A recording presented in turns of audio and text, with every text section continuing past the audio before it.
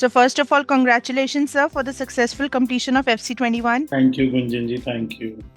Right. So मेरा पहला question आपसे ये है कि FC21 करने से पहले आप ऐसा कौन सा मेजर चैलेंज था जो फेस कर रहे थे? गुंजन जी, हमारा चैलेंज तो जो मेजर था वो कैश फ्लो का ही था, कि जो कैश रिजर्व है वो बिजनेस में नहीं हो पा रहा था, तो वही हमारा मेन चैलेंज था। राइट। और FC21 करने के बाद जो है आपको क्या बेनिफिट मिला?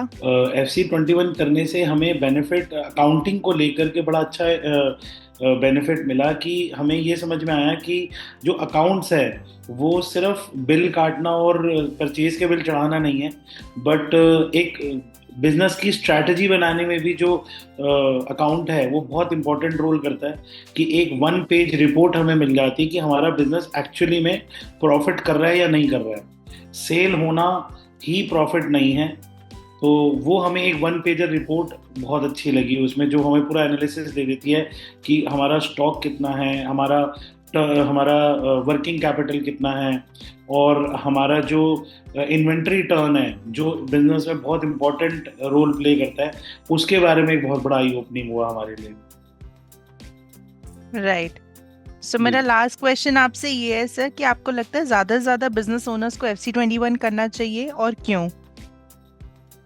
गुंजन जी, मेरे हिसाब से तो हर बिजनेस ओनर को FC21 करना चाहिए, क्योंकि हम बिजनेस में ना एज अ बिजनेस ओनर सिर्फ सेल परचेज और मार्केटिंग को ही देखते रहते हैं, वेयर एज अकाउंटिंग जो है ना वो बैकबोन है हमारे बिजनेस की।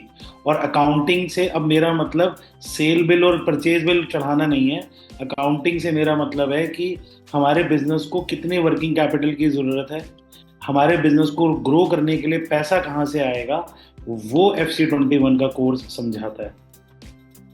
Absolutely, sir. Thank you so much, sir. Thank you for your valuable feedback.